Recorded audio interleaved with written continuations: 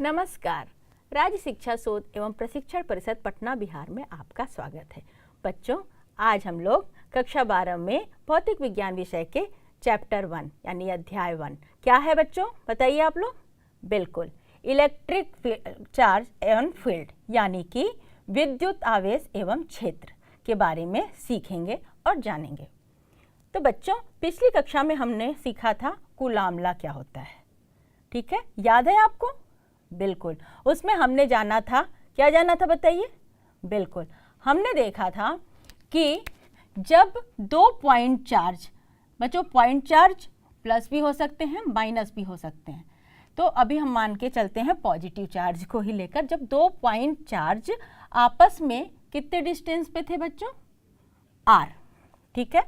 अगर are distance पे थे तो इनको, अगर ये पॉइंट चार्ज बच्चों, इनको अगर Q1 और ये Q2, ठीक है, अगर इसका नाम दे देते हैं Q1 और इसका नाम दे देते हैं Q2, तो इनके बीच में जो बल लगता है वो बल डिपेंड करता है बच्चों इनके किस पे?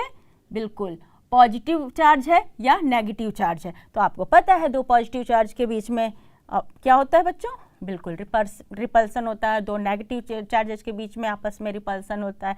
अगर एक पॉजिटिव और नेगेटिव रहेगा तो बिल्कुल अट्रैक्शन होता है। तो ये यहाँ पे हमने देखा था कूलाम लॉ क्या बताया था बच्चों? बिल्कुल, कूलाम लॉ बताया था कि जब दो पॉइंट चार्जेस को आर डिस्टेंस, वो डिस्टेंस कितना भी हो सकता है, मान लो आर डिस्टेंस पे हम लोग रखते हैं, तो जो इनके बीच में जो बल लगता है वो बल जो है बच्चों, वो उसका मैग्नीट्यूड कितना था बच्चों? बिल्कुल, Q1 Q2 by R square. तो बच्चों ये हम बात कर रहे हैं क्या?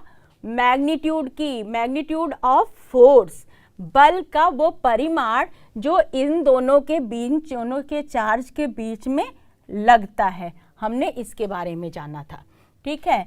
और आज बच्चों हम लोग कूलाम लॉ को ही वेक्टर फॉर्म में जानेंगे। क्या जानेंगे? कूलाम लॉ को वेक्टर फॉर्म में। और आप बताइए कि वेक्टर फॉर्म में क्या पता चलता है हमको?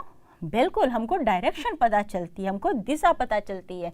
तो अगर हम ये जो है फोर्स जो है यहाँ पे F अगर यहाँ पे किया तो F12, ठीक है, ये F12 या F21 बराबर रहेगा। अब बच्चों ये बताइए F12 और F21 की क्या बात हुई? हमने थोड़ा सा बताया था पिछली कक्षा में। बिल्कुल, चलिए आपको फिर से हम लोग फिर से याद करते हैं इसको।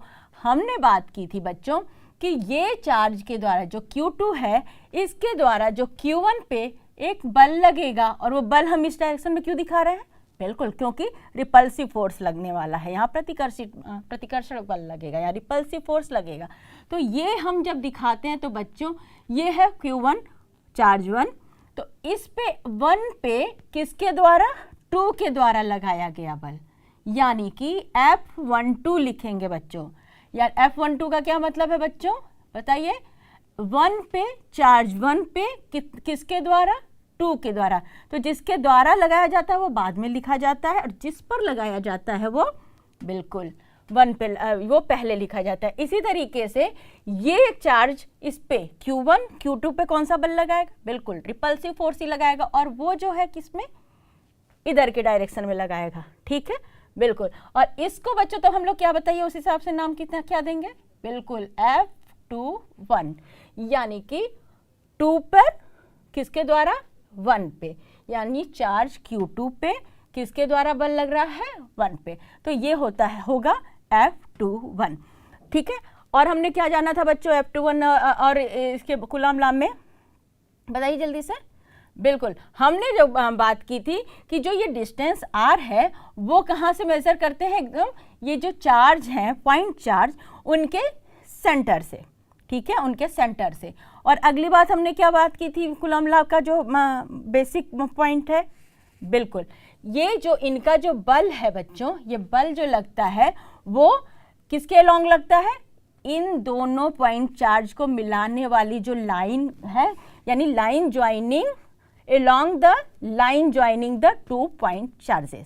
तो बल जो है बच्चों किसके डायरेक्शन में लगते हैं, इन दोनों के जो ज्वाइन करता है जो लाइन उसके लॉन्ग लगता है। तो ये इधर हुआ, ये इधर हुआ, ये ऊपर नीचे ऐसे नहीं लगेगा। जैसे कि हम लोग अगर बात करते तो ऐसे नहीं लगेगा कि इधर इधर, ऐसे नहीं लगेगा।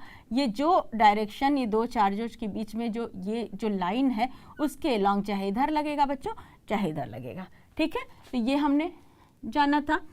ठीक है, तो अब बताइए कि यहाँ पे जो F1 है F2 और ये F21, इनमें क्या सिमिलरिटी है? बिल्कुल, जो F12 है बच्चों, ये जो है F21 के क्या रहेगा, ये इसका जो मैग्नीट्यूड है बच्चों वो क्या रहेगा, बराबर। लेकिन जब डायरेक्शन की बात करेंगे, और हम डायरेक्शन जब बात करते हैं बच्चों, तो यहाँ पे क्या लगा देते हैं, वेक्टर लगाते हैं। क्या लगाते हैं, वेक्टर। तो ये जब हम बात करेंगे तो ये यहाँ पे आएगा F12 is equal to minus F21, vector form में हम जानेंगे, क्योंकि डायरेक्शन देखिए एक इधर की डायरेक्शन में है और एक इधर की डायरेक्शन में है, इसलिए F12 जो है वो इक्वल टू होगा माइनस F21। लेकिन जब हम बात करते हैं इसके मैग्नीट्यूड या परिमाण की, तो ये जो है बराबर होगा। और उसको दिखाने के लिए हम लोग ये इस तरीके से लाइन खींच के ये देखिए ये, और हम लोग बात किए थे कि ये मॉड कहते हैं कि mod F12 is equal to mod F21। ठीक है, तो ये हमने देखा था। तो बच्चों उसी तरीके से हमने यहाँ पे बात की कि जब ये फोर्स है तो फोर्स का जो ये वाला जो हमने देखा था कि ये जो इक्वेशन है ये सिर्फ और सिर्फ किसको बताता है, magnitude of force between 2 point charges when they are separate at the distance of r। ठीक है, r की डिस्टेंस पे जब एक दूसरे से सेपरेट है तो इतना बल लगता है। और बताइए ये k कहाँ, यहाँ पे k क्या है बच्चों, बताइएगा। बिल्कुल एक कांस्टेंट है, और इसकी वैल्यू क्या थी बताइए, 9 × 10⁻⁹। और फिर इसका जल्दी से आप बता दीजिए कि इसका क्या यूनिट रहेगा। हाँ बिल्कुल, न्यूटन मीटर स्क्वायर। ठीक है, फिर यहाँ पे पर कूलम स्क्वायर। ठीक है, ये था। ठीक, तो ये के कब था बच्चों, बिल्कुल किसके था, जब ये वैक्यूम में हो या फ्री स्पेस में होता है, तब यहाँ पे क्या होता है, ये वैल्यू होता है 9 × 10⁹। लेकिन फिर हमने देखा था कि यही जब अगर इन्हीं पॉइंट चार्जेस को अगर अलग मीडियम में रख देते हैं तो क्या हो जाता है, उसकी वैल्यू बदल जाती है। और ये किस तरीके से, इसके कांस्टेंट जब बदलता है बच्चों और उसके बीच की फोर्स की वैल्यू बदल जाती है। यानी कि k जो है बच्चों वो डिपेंड करता है किस पे, बिल्कुल मीडियम में जिसमें ये पॉइंट चार्जेस रखा हुआ है, इस बात पे डिपेंड करता है। ठीक है, तो कूलम लॉ अलग अलग मीडियम में अलग अलग फोर्स काम करता है, उस पर डिपेंड करता है, मीडियम पे डिपेंड करता है। ठीक है, इतना आप लोगों को क्लियर है। ठीक, तो अब जब हम बात कर रहे हैं कि यहाँ पे ये मैग्नीट्यूड बताता है, तो अब तो आगे आप ये भी पूछोगे कि भाई मैग्नीट्यूड तो मैम आपने बता दिया, लेकिन अब डायरेक्शन हमें जानना होगा तो हम कैसे जानेंगे। तो बिल्कुल आपका एकदम क्वेश्चन बनता है, एकदम ये दिमाग में आना भी चाहिए। तो चलिए आज हम देखते हैं कि डायरेक्शन हम कैसे निकालेंगे। ठीक है, vector form of coulomb law आज हम लोग जानेंगे। क्या करेंगे फिर, वेक्टर फॉर्म किसका, कूलम लॉ का। ठीक है, हिंदी में लिख दें या इंग्लिश में लिख दें, बिल्कुल आप लोग इतना तो अभी समझ ही गए हो, कूलम लॉ। ठीक है, चलिए तो अब जब हम वेक्टर फॉर्म के बारे में जानेंगे तो अब इसी को हम लोग समझते हैं। तो यहाँ पे हम देखे थे कि F12 equal to minus F21। अब हम सिर्फ बात करेंगे F12 निकालने के बच्चों। तो F12 को यहाँ पे अगर हम यहाँ पे इस तरीके से लिख देते हैं बच्चों, यहाँ पे F12 यानी कि F12 का फिर यहाँ क्या करेंगे, डायरेक्शन लिखेंगे। डायरेक्शन की बात की है, यहाँ मैग्नीट्यूड है, डायरेक्शन की जब बात करेंगे बच्चों तो यहाँ पे इस तरीके से वेक्टर लगा देंगे। तो F12 का मतलब ये है कि 1 पे किसके द्वारा, बिल्कुल 2 के द्वारा। ठीक, तो यहाँ पे हम यहाँ पे ऐसे लिख सकते हैं K Q1 Q2, और यहाँ पे बच्चों हम ऐसे लिखेंगे मॉड r²। अब आप बोलोगे ये मॉड क्यों लिखे हो, तो बच्चों देखो यहाँ पे जो हम r है, जो डिस्टेंस है बच्चों, यहाँ पे तो हम चूंकि अभी बात किए थे स्केल मतलब डायरेक्शन की जब बात नहीं की तो सिंपली हम आर लिख दिए थे। लेकिन बच्चों अगर आपको बात करनी हो कि अगर आप लोग डिस्प्लेसमेंट, हम लोग जब मोशन में पढ़े थे गति में, तो हम लोग डिस्प्लेसमेंट के बारे में बात किए थे। तो डिस्प्लेसमेंट क्या होता था, बिल्कुल फाइनल डिस्टेंस जो रहती थी उसको किससे माइनस करते थे, इनिशियल से, ठीक है, final position minus initial position. तो अगर हम अगर यहाँ पे इस डायरेक्शन की बात कर रहे हैं बच्चों ये, तो यहाँ पे बच्चों जो आर है वो क्या होगा, यहाँ पे इस डायरेक्शन में जब बात करेंगे तो आर देखो फाइनल कितना है, यहाँ से डिस्टेंस मेजर कर रहे हैं तो फाइनल और यहाँ तक है, तो ये बताइए कितना फाइनल कितना है R2, बिल्कुल यहाँ से यहाँ तक की डिस्टेंस R2 है, माइनस क्या करेंगे R1, और ये क्या होगा वेक्टर, ठीक है, R2 माइनस R1, क्योंकि फाइनल जो है बच्चों R2 है, और जो पहला यहाँ पे क्या होगा, या डिस्टेंस जहाँ पे पोजीशन वेक्टर जहाँ से भी इसको मेज़र किया जाता है, मान लो कोई पोजीशन O है, ठीक है, और वहाँ से पोजीशन मेज़र करते हैं तो पोजीशन वेक्टर R2 और ये होगा माइनस R1, ठीक। और जब हम बात करेंगे यहाँ इसकी बताएंगे कि जब यहाँ से इधर के लिए आएगा तब ये R जो बच्चों कितना हो जाएगा, बिल्कुल ये फाइनल होगा R1 और माइनस R2, ये वेक्टर, ठीक है बच्चों। लेकिन ये जब हम मैग्नीट्यूड की बात करेंगे बच्चों की, मैग्नीट्यूड जब R जो है ये वेक्टर R अगर इसको सिर्फ माने जाए तो ये जो मैग्नीट्यूड अगर बात करेंगे तो जो R का जो मैग्नीट्यूड है बच्चों ये बराबर होगा R1 माइनस R2, ठीक है, vector R1 minus R2 equal to ये बराबर होगा R2 माइनस R1, ठीक है, जब मैग्नीट्यूड की बात करेंगे। जब डायरेक्शन की बात करेंगे तो ये बिल्कुल माइनस आ जाएगा। तो यहाँ पे हमको जो है निकालना क्या है, डायरेक्शन। अब ये यहाँ पे ये तो हो गया किसका, मैग्नीट्यूड। अब जब बात करेंगे कि इसका डायरेक्शन क्या है, तो बच्चों आपको पता ही है कि डायरेक्शन निकालने के लिए आपको यहाँ पे यूनिट वेक्टर का कॉन्सेप्ट लाना पड़ेगा, यानी कि F1 F1 जो है कौन सा यहाँ पे इस डायरेक्शन में, बिल्कुल यूनिट वेक्टर का आपको कॉन्सेप्ट लेकर आना होगा, ठीक है। तो वो यूनिट वेक्टर बच्चों आप बताइए किस तरीके से निकालते हैं। बिल्कुल जैसे मान लीजिए यहाँ पे अगर हम यूनिट वेक्टर, कोई अगर यूनिट वेक्टर A है, यूनिट वेक्टर ये जब यूनिट वेक्टर की बात करेंगे तो ये बराबर होता है क्या बच्चों, बिल्कुल ये vector A divided by magnitude of A, magnitude of vector A। जब यूनिट वेक्टर आपको निकालनी होगी तो vector A divided by magnitude of vector A, ठीक है। ये इस तरीके से, इसी तरीके से बच्चों यहाँ पे अगर हम यूनिट वेक्टर R की बात करेंगे तो क्या होगा बच्चों, ये अगर हम सिर्फ यूनिट वेक्टर R की बात करेंगे तो क्या होगा, बिल्कुल बताइए।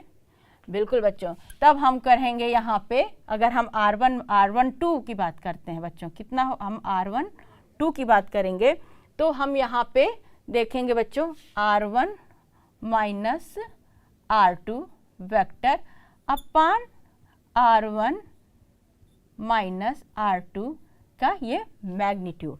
इस तरीके से हम यूनिट वेक्टर लिखते हैं बच्चों, ठीक है। और यूनिट वेक्टर क्या बताता है, डायरेक्शन किस चीज़ का, जो जिस तरीके से वेक्टर का जो डायरेक्शन होता है, यूनिट वेक्टर उस पर्टिकुलर पोजीशन का उसमें डायरेक्शन बताता है, ठीक है। तो चलिए आगे देखते हैं।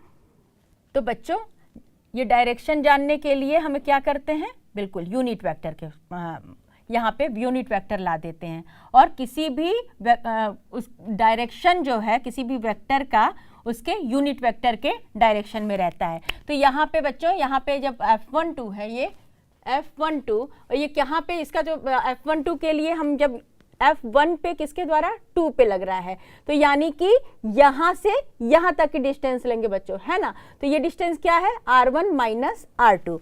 तो अब ये बल किधर लग रहा है, बिल्कुल इधर की तरफ लग रहा है। और हमने क्या देखा कि line joining the 2 point charges, direction इधर ही लगता है। तो यानी जो यूनिट वेक्टर है किसी के इन दोनों के लाइन को ज्वाइन करने वाले डायरेक्शन में रहेगा, तो ये हो जाएगा R1 माइनस R2।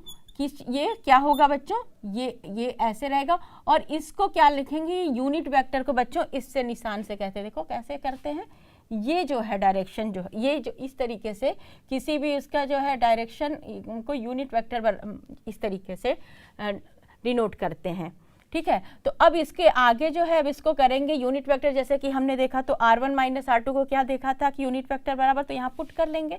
तो K Q1 Q2 by R square है बच्चों, तो R स्क्वायर कितना हुआ बच्चों, R1 वेक्टर। तो बच्चों यहाँ पे देखिए R स्क्वायर तो फिलहाल अभी यहाँ पे आप लिख सकते हो, अगले स्टेप में करें। चलिए अगले स्टेप में इसको करते हैं। अब अभी फिलहाल हम लोग यहाँ पे R यहाँ पे स्क्वायर लिख देते हैं, और यहाँ पे जो यूनिट वेक्टर है बच्चों, तो यहाँ पे हम लोग लिख सकते हैं, क्या लिख सकते हैं, R1 माइनस R2 बच्चों, वेक्टर ऐसे करेंगे और ये ऐसे ब्रैकेट में डालेंगे बच्चों, मॉड भी नहीं डालेंगे। यहाँ पे नीचे लिखेंगे R1 माइनस R2, ये ऐसे, ये हो जाएगा बच्चों इस तरीके से, ठीक है। क्या होगा, ये इस तरीके से लिखेंगे, यहाँ पे हटा देते हैं बच्चों यहाँ से ऐसे, ठीक है। क्या होगा, के Q R1 minus R2, unit vector को किस तरीके से लिख सकते हैं, R1 माइनस R2 अपान R1 मॉड में R1 माइनस R2 वेक्टर के रूप में। कैसे, जैसे कि अभी हमने देखा था कि ए का यूनिट वेक्टर अगर यहाँ पे ऐसे लिखते हैं तो ये एक वेक्टर ए अपान मॉड ए, ठीक है। इस तरीके से हम लोग लिखते हैं, तो ये हो जाएगा मॉड के अंदर इस तरीके से।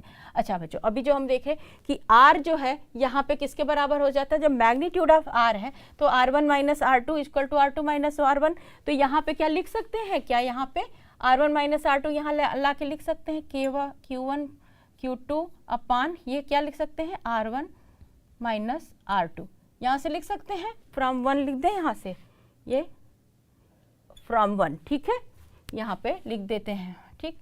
चलिए यहाँ पे और यहाँ पे उतार देंगे कैसे बच्चों, यहाँ पे R1 माइनस R2 ये दिस अपान ये कितना रहेगा, मॉड R1 माइनस R2, ये ऐसे, ठीक है, लिख सकते हैं। या लिख देंगे फ्रॉम 1 या 1 से, ठीक है, 1 के द्वारा, ठीक। उसके बाद अब हम यहाँ पे ऐसे लिख सकते हैं K Q1 Q2 बाई यहाँ पे R1 माइनस R2, ये ऊपर वेक्टर लगाना नहीं भूलना है बच्चों, क्योंकि आप वेक्टर फॉर्म में यहाँ बात कर रहे हैं, तो वेक्टर बहुत इंपॉर्टेंट है, नहीं तो गलत हो जाएगा आपका। और यहाँ mod R1 minus R2 vector, और ये हो जाएगा बच्चों, क्या देखो दोनों मिला के यहाँ पे क्या था, ये R स्क्वायर, यस ये R स्क्वायर है, तो यहाँ भी R स्क्वायर हो जाएगा, ठीक है। तो ये, और जब R स्क्वायर और ये मिलकर कितना हो गया, क्यूब हो गया, ठीक है। क्या हो गया बच्चों, क्यूब हो गया। तो बच्चों ये वेक्टर फॉर्म में जब F12 है उसको आप ऐसे लिख सकते हैं, ठीक है। वेक्टर फॉर्म में जो अगर वेक्टर फॉर्म में आपको कूलॉम लॉ को एक्सप्रेस करना होगा 2 पॉइंट चार्जेस के बीच की दूरी में, तो डायरेक्शन इस तरीके से दिखाएंगे, F12 equal to Q1 Q2 by यहाँ पे R1 माइनस R2, क्योंकि क्या होगा बच्चों, फाइनल हम लोग R1 पे पहुंचना है किससे, R2 से, और ये इस तरीके से देख सकते हैं। और आप देख सकेंगे बच्चों, अगर आप पहले भी आपको बताया है कि इसके डायमेंशन से आप जान सकते हैं कि आपका फॉर्मूला सही है। देखिए आप यहाँ पे देखे हैं Q1 Q2, आप सोच रहे होंगे यहाँ पे कि ये देखिए बच्चों ये यूनिट वेक्टर है यहाँ पे, ठीक है। तो अब आप सोच रहे होंगे कि ये इस तरीके से अगर हम करेंगे तो कहीं हमारा डायरेक्शन गलत नहीं हो जाए, डायमेंशन गलत नहीं हो जाएंगे। तो बच्चों यहाँ क्यूब आया है तो यहाँ ऊपर भी तो है, बिल्कुल ये मीटर रहेगा, नीचे मीटर क्यूब, तो कट के नीचे मीटर स्क्वायर ही आएगा, ठीक है। तो आप करके देखना। अब ये तो हो गए फोर्स 1 पे 2 के द्वारा, इसी तरीके से आप निकाल सकते हैं बिल्कुल F2 पे 1 के द्वारा, तो आप करके जरूर देखिएगा। बिल्कुल ऐसे जब बच्चों आप करेंगे उसको तो क्या आएगा ये बताइए जरा, बिल्कुल यहाँ आएगा बच्चों F2 1 पे, तब यहाँ पे आ जाएगा माइनस, क्योंकि डायरेक्शन आपका अपोजिट रहेगा, ठीक है। K Q1 Q2, फिर ये क्या हो जाएगा बच्चों, बिल्कुल R2 माइनस R1, यहाँ पे बच्चों अभी फिलहाल ये इसको में निगेटिव नहीं रहेगा, जब हम उसकी बात करेंगे F12 और F21 को आपस में करेंगे तब वहाँ पे बात करेंगे इसको। ये हो जाएगा बच्चों R2 माइनस R1, और उसी तरीके से नीचे जो है बच्चों R2 माइनस R1 आप करके देखना, ये मॉड क्यूब, ये इस तरीके से आएगा। और आप जानते हो कि F12 किसके बराबर हो जाएगा, माइनस F21 के।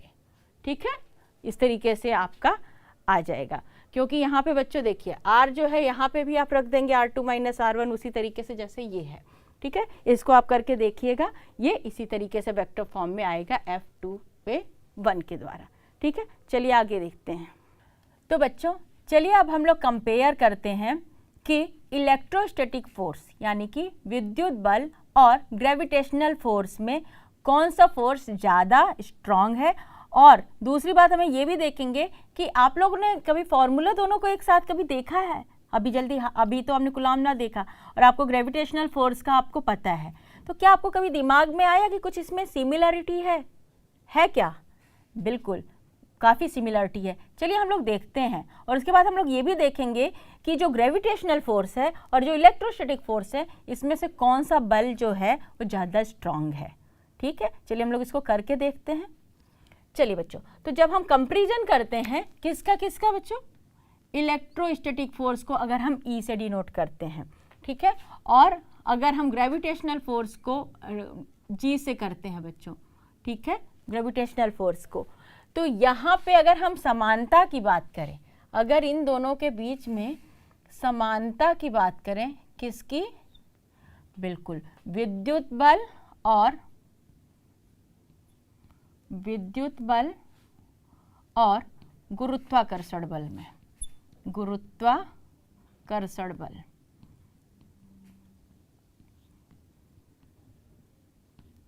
के बीच में हम जब कंपैरिजन करेंगे तो अभी इसमें से समानता है, वो क्या समानता है, बिल्कुल आप जब उसके फॉर्मूला देखेंगे तो आप देखेंगे कि दोनों इनवर्स स्क्वायर लॉ को फॉलो करता है। किसको, दोनों जो है ये F जो है बी प्रोपोर्शनल है 1/r स्क्वायर के, ठीक है, और यहाँ जो G है बच्चों वो भी प्रोपोर्शनल है 1/r स्क्वायर के। ठीक है, क्योंकि यहाँ पे क्या होता है, बिल्कुल Gm1 m2/r स्क्वायर, यहाँ पे K हो गया होता है। ठीक है, Q1 Q2/r स्क्वायर। तो ये पहला सिमिलरिटी है कि ये दोनों के दोनों इनवर्स स्क्वायर लॉ को फॉलो करते हैं। ठीक है, इनवर्स स्क्वायर लॉ। ठीक, और उसके बाद में दूसरी सिमिलरिटी क्या है बच्चों, आप बताइए। बिल्कुल, इनमें हमारी दोनों समानता यही है दोनों में कि उसमें जो पॉइंट चार्ज है उसमें हमने देखा कि उनका जो डायरेक्शन है, जो बल का वो डायरेक्शन किसके अलोंग है, बिल्कुल उन दोनों के लाइन को ज्वाइन करने वाली लाइन के अलोंग है उसके बीच का बल। ठीक, उसी तरीके से गुरुत्वाकर्षण में भी जो दो मासेस होते हैं, दो द्रव्यमान है, उनके बीच में जो लाइन ज्वाइन करते हैं वो उन्हीं के डायरेक्शन, उसी के दिशा में गुरुत्वाकर्षण बल लगता है। ठीक है, यानी कि क्या सिमिलरिटी है, बिल्कुल दोनों जो है इनके बीच में जो पॉइंट होती हैं line joining force act upon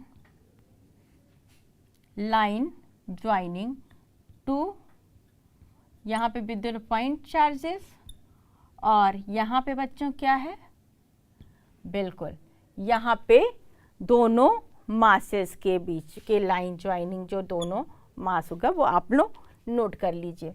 ठीक है, अब बात करेंगे बच्चों क्या, असमानता की। तो असमानता आप बताइए क्या है सबसे पहला असमानता। बिल्कुल, पहला असमानता ये है कि जो गुरुत्वाकर्षण बल है बच्चों हमेशा अट्रैक्टिव इन नेचर होता है। ठीक है, हमेशा क्या होता है, आकर्षण करने वाला बल है, लेकिन विद्युत बल में बिल्कुल अट्रैक्टिव भी हो सकता है और रिपल्सिव भी हो सकता है। ठीक है, एक ये असमानता है।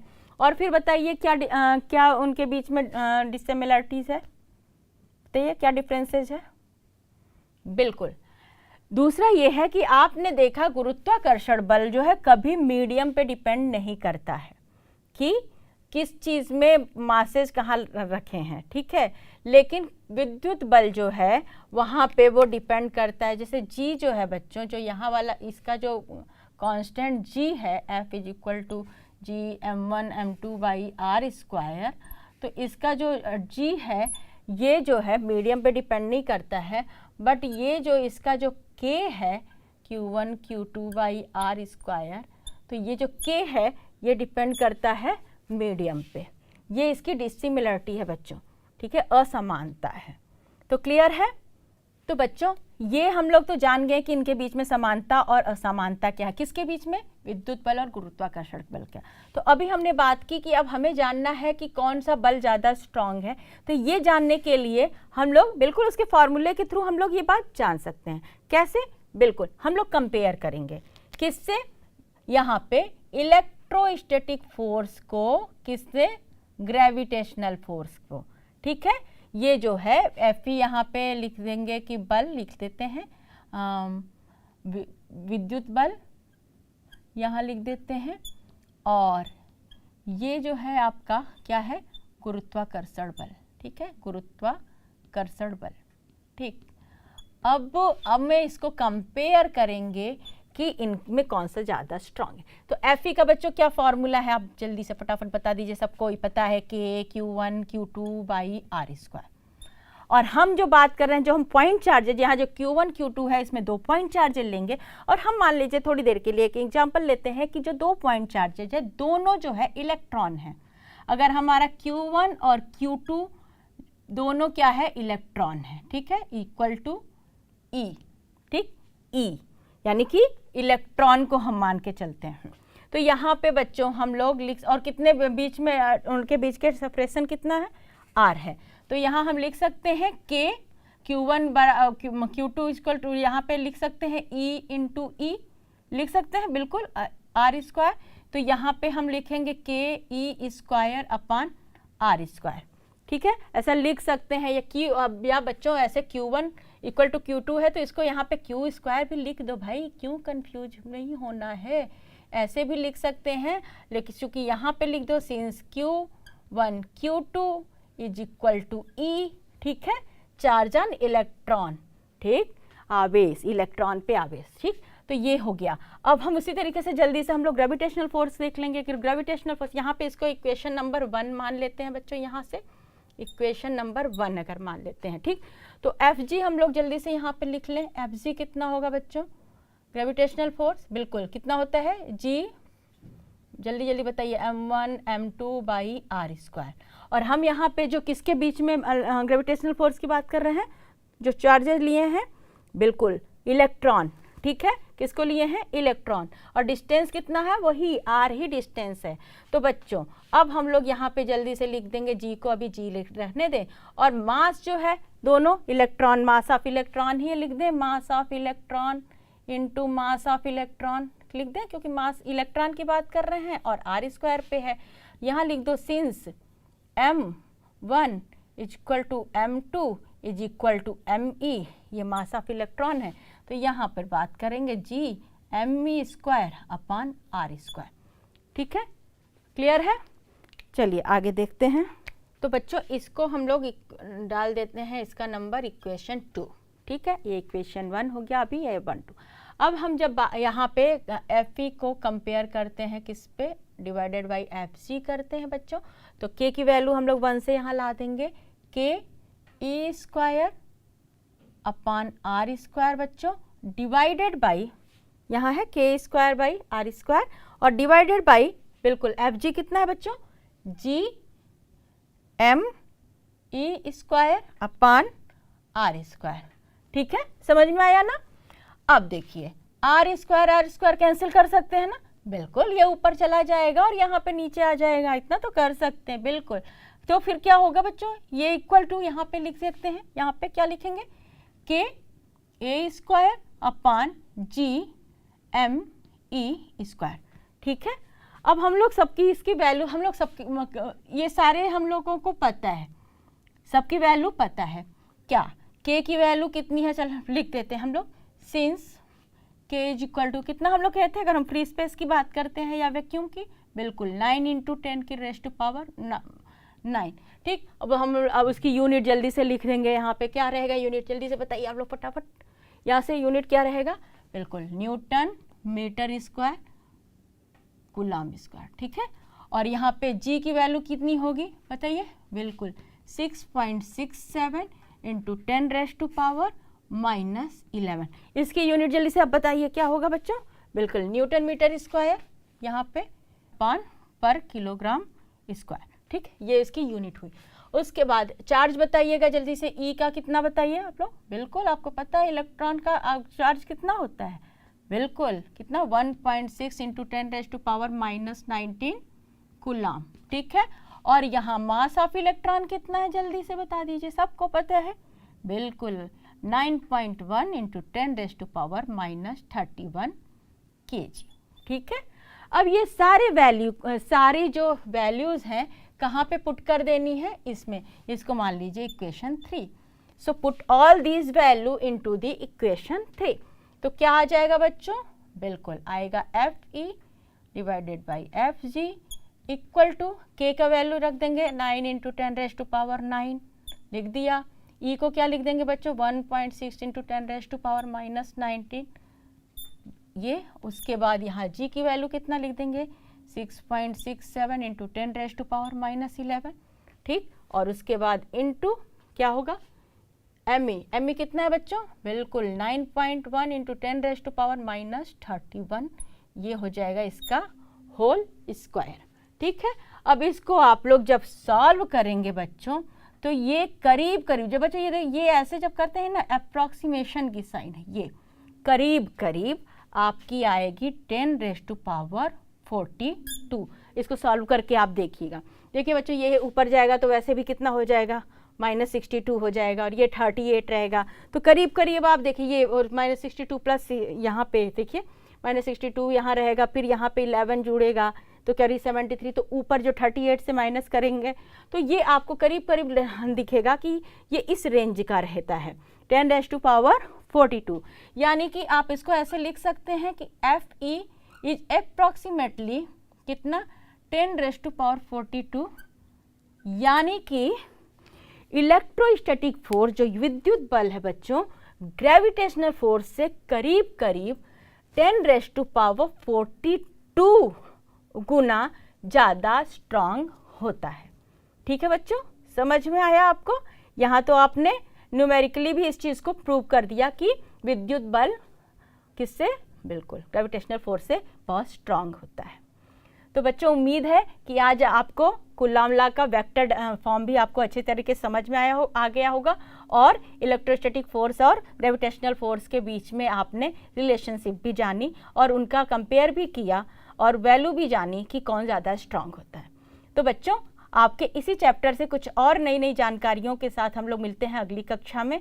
तब तक आप लोग हंसते रहिए, मुस्कुराते रहिए और फिजिक्स का आनंद उठाते रहिए। नमस्कार।